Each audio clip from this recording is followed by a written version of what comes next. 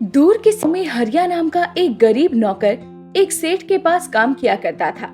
हरिया थोड़ा नासमझ था, लेकिन बहुत मेहनती था, जिसका फायदा उठाकर वो सेठ उससे सारा काम कम पगार पर करवा लिया करता था।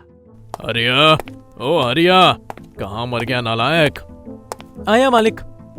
इतनी देर कैसे हो गई आने में? अंडे उठाने गया था या देने? वो मालिक शन्नू बहुत परेशान कर रही थी। कौन शन्नो? हमारी मुर्गी है ना शन्नू कम्मो, तो वो अंडे लेने ही नहीं दे रही थी, बार बार चोंच मार रही थी। हाँ, और तुझे देखकर जब इंसान ही गुस्से में आ जाता है तो वो तो जानवर है। अब इन अंडों की टोकरी को हाथ में लिए खड़ा रहेगा क्या? मेरे लिए चाय बना कर ला। जी मालिक, बनाता हूँ, लेकिन इन्हें कहाँ रखूं? ऐसा कर, इन्हें मेरे सर पर रख दे। सेठ के इतना कहते ही हरिया एक एक करके वो अंडे सेठ के सर पर मारने लगता है। ये देखकर सेठ गुस्से में हरिया से कहता है, अरे नालायक, यह क्या कर रहा है? अरे मालिक, अभी आप ही ने तो बोला था कि मेरे सर पर रख दे, तो मैं आपकी बात ही तो मान रहा हूँ। तुझे मैं कहूँगा कि अपनी सारी दौलत मुझे दे दे, तो क्या तू अपनी सारी दौलत दे देगा? कैसी बातें कर रहे हो मालिक? भला मैं अपने बाप दादा की जमीन आपको क्यों दूंगा? इतना बेवकूफ भी नहीं हूँ। पैसों की तो बड़ी समझ है तुझे, लेकिन एक काम ढंग से नहीं करता। छी, पूरे शरीर में से बदबू आ रही है मेरे। अब नहाना पड़ेगा। दफा हो जा मेरी नजरों के सामने से। इन सारे अंडों को ले जाकर अंदर रख दे और मेरे लिए गर्मा गर्म चाय लेकर आ। ठीक है मालिक। इतना कहकर हरिया जल्दी से रसोई में जाता है और सेठ के लिए गर्मा गर्म चाय बनाता है। लेकिन तभी उसे पता चलता है कि घर में तो दूध है ही नहीं। अरे अरे, ये क्या? घर में तो सारा दूध खत्म हो गया है। अब मैं क्या करूं? अगर सेठ जी को मैंने कह दिया कि दूध खत्म हो गया है तो वो मार मार कर मेरा भरता बना देंगे। ऐसा करता हूँ, सेठ जी को बिना बताए जल्दी से दूध लेकर आता हूँ। हरिया जल्दी से हाथ में दूध का बर्तन लेकर घर से बाहर निकलता है और जल्दी से दूध लेने के लिए निकलता है। रास्ते में उसे गांव का एक शराबी नजर आता है, जो हरिया को देखकर उससे कहता है, अरे हरिया भाई, हाथ में ये बर्तन लिए दौड़े दौड़े कहाँ जा रहे हो? ऐसा लग रहा है जैसे पिछवाड़े से अभी सारा मल निकलने वाला हो। अरे भैया, हालत तो बिल्कुल मल निकलने वाली ही हो रही है, लेकिन फिलहाल मैं सेठ जी के लिए दूध लाने जा रहा हूँ। उनको गर्मा गर्म चाय पीनी है ना, लेकिन यहाँ मुझे गाय वाला नजर ही नहीं आ रहा है। कहाँ से लेके आऊँ अब दूध में? अरे कैसी छोटी बात कर रहे हो हरिया भैया, आपको दूध चाहिए? लाओ, मैं ला कर देता हूँ दूध। अरे वाह भैया जी, आपने कब से भैंस पालना शुरू कर दी? मुझे तो मालूम ही नहीं था कि आप दूध भी बेचते हैं। अरे भैंस तो नहीं, लेकिन भैंस जैसी एक गधी है ना हमारे पास। यानी आप मुझे गधी का दूध देने को कह रहे हैं? तो क्या हुआ, आखिर वो भी तो भैंस की तरह जानवर ही है, देती तो वह भी दूध है। पर देख लो, भैंस का दूध आपको 25 रुपए किलो पड़ेगा और गधी का दूध सिर्फ 5 रुपए किलो। अरे भाई, तो बड़ी अच्छी बात है। अगर 5 रुपए में किलो भर दूध मिलेगा तो पूरे 20 रुपए का फायदा होगा। एक काम करता हूँ, गधी का दूध ही ले चलता हूँ। इतना कहकर हरिया उस शराबी से 2 किलो दूध ले लेता है और खुशी खुशी सेठ जी के घर जाकर उसके लिए गर्मा गर्म चाय बनाकर लेकर आता है। सेठ जब नहाकर बाहर निकलता है तो हरिया उसके सामने चाय लेकर आता है। ये लीजिए सेठ जी, गर्मा गर्म चाय। अरे वाह वाह हरिया, चाय में से खुशबू तो बड़ी अच्छी आ रही है। चलो देखते हैं नालायक ने कितनी अच्छी चाय बनाई है। हाँ हाँ सेठ जी, एक बार पी कर तो देखिए। अरे वाह हरिया, स्वाद तो बड़ा ही मजेदार है। आज से पहले मैंने इतनी अच्छी चाय कभी नहीं पी। लगता है दूधिया की गाय ने अच्छा चारा खाना शुरू कर दिया है, तभी तो इतना स्वादिष्ट दूध देने लगी है कि चाय भी इतनी लजीज बन रही है। सेठ जी, ये कमाल दूधिया की भैंस की दूध का नहीं है, ये तो गधी के दूध का कमाल है। इतना सुनते ही सेठ जी के मुंह से चाय निकल जाती है और हाथ में रखा कप जमीन पर गिर जाता है। अरे कमबख्त, यानी ये गधी के दूध की चाय है? तेरा दिमाग खराब है क्या, गधे की औलाद? अरे सेठ जी, आप ऐसा क्यों कह रहे हैं? आखिर ये भी तो एक जानवर ही है। जैसे भैंस दूध देती है, वैसे भी ये भी तो देती है। दूध में क्या खराबी है? तू ही नालायक है। आज तक तूने किसी को देखा है गधे के दूध की चाय पीते हुए? और तुझे ये किसने कहा लाने के लिए? और पूरे गांव में भैंसें मर गई थी क्या जो तू ये लेकर आया? वो सेठ जी हमारे गांव में शराबी भैया है ना, उन्होंने कहा कि ये दूध भैंस के दूध से 20 रुपए सस्ता है, इसलिए मैं लाया। हे भगवान, उस शराबी की बातों में आकर तूने मुझे दफा हो जाए यहाँ से, वरना तेरी खाल उधेड़ दूंगा। इतना कहकर सेठ हरिया को वहाँ से भगा देता है और हरिया बेचारा मायूस नदी किनारे बैठकर मछलियों को खाना खिलाता है और उनसे बात करता है। कोई मुझे नहीं समझता, सबको लगता है मैं बेवकूफ़ हूँ। सेठ जी हमेशा मुझ पर गुस्सा करते हैं और चिल्लाते हैं। मैं कुछ भी जानबूझकर नहीं करता, बस गड़बड़ हो जाती है। तभी पानी की लहरों से टकराकर एक मछली पानी से बाहर नदी के किनारे आ जाती है और पानी न मिलने की वजह से तड़पने लगती है। अरे ये मछली तो नदी से बाहर आ गई है, इसे वापस अंदर डालना होगा वरना ये मर जाएगी। ये देखकर हरिया उस मछली को अपने हाथों में उठाकर वापस नदी के अंदर डाल देता है।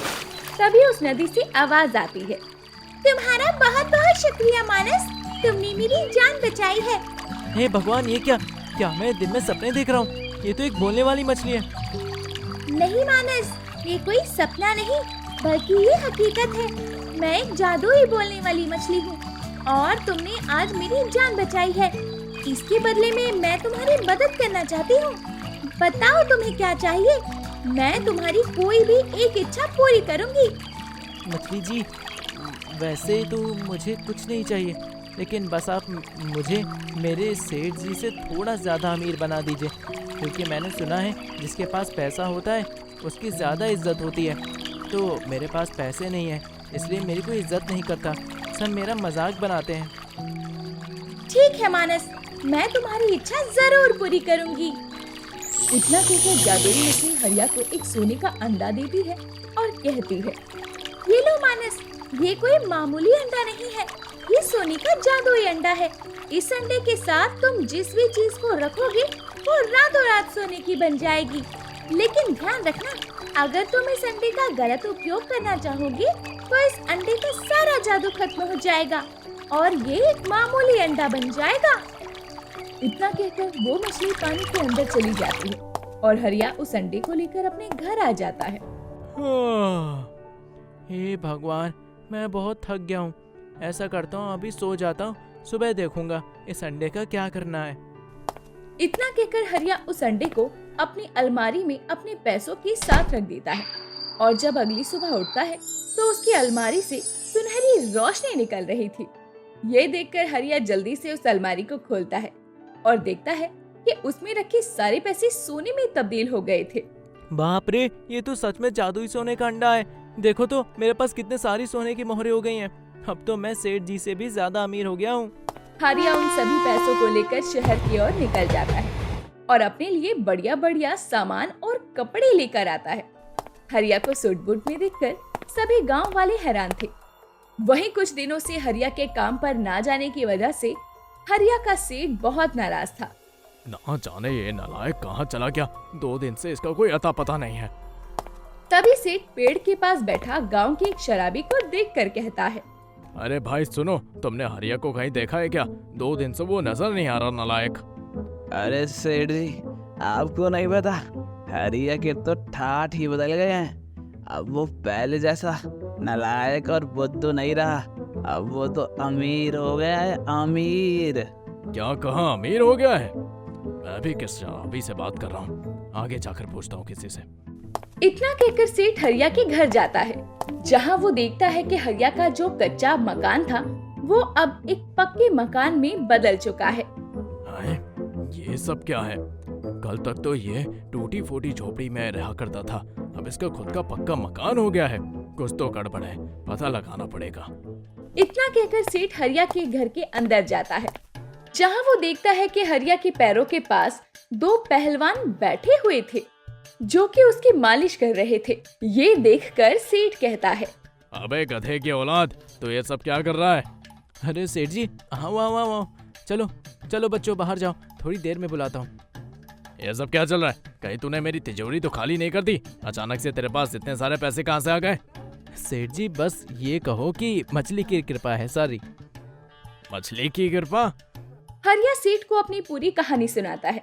हरिया की बात सुनकर सेठ आधी रात को मौका देखकर उसके घर से वो सोने का जादुई अंडा चुरा लेता है और घर जाकर अपनी अलमारी में अंडा रखते हुए कहता है, ये जादुई अंडा मैं अपनी अलमारी में रखे सारे पैसों के साथ रख दूंगा और सुबह होते ही मेरे सारे पैसे सोने में बदल जाएंगे और मैं सबसे ज्यादा मालदार हो जाऊंगा।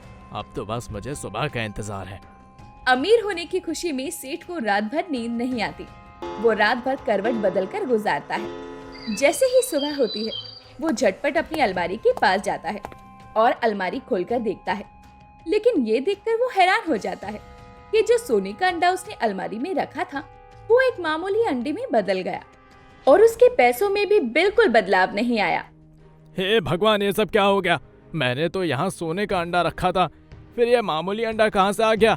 लगता है इस जादुई अंडे का जादू अब खत्म हो गया है। अभी जाकर उस मछली से एक और अंडा लेकर आता हूँ। इतना कहते ही सेठ झटपट नदी के किनारे पहुंचता है।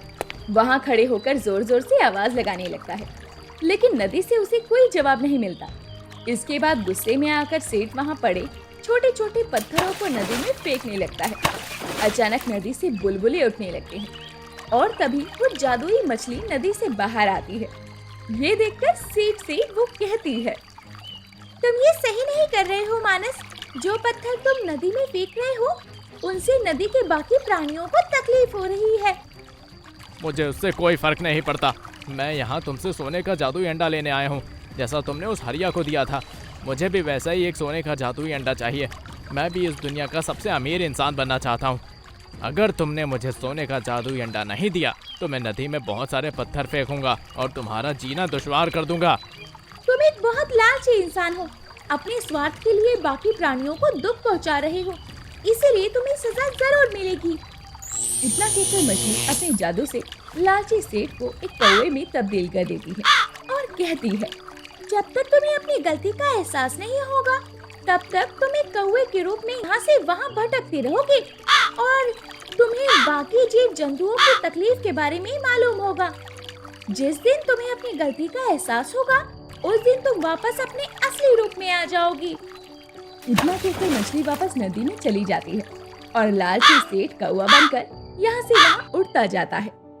इसीलिए कहते हैं दोस्तों कि कभी भी लालच नहीं करना चाहिए, वरना उसका परिणाम बहुत बुरा हो सकता है। साथ ही हमें किसी के भोलेपन का फायदा नहीं उठाना चाहिए।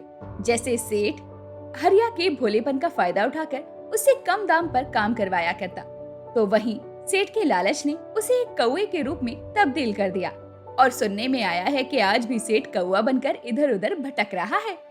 दोस्तों, आपको ये कहानी कैसी लगी हमें कमेंट करके जरूर बताएं। कहानी पसंद आई हो तो लाइक करके अपने दोस्तों को शेयर भी करें और जाते जाते ऐसे ही अनोखी कहानियाँ और देखने के लिए चैनल को सब्सक्राइब करना बिल्कुल ना भूलें।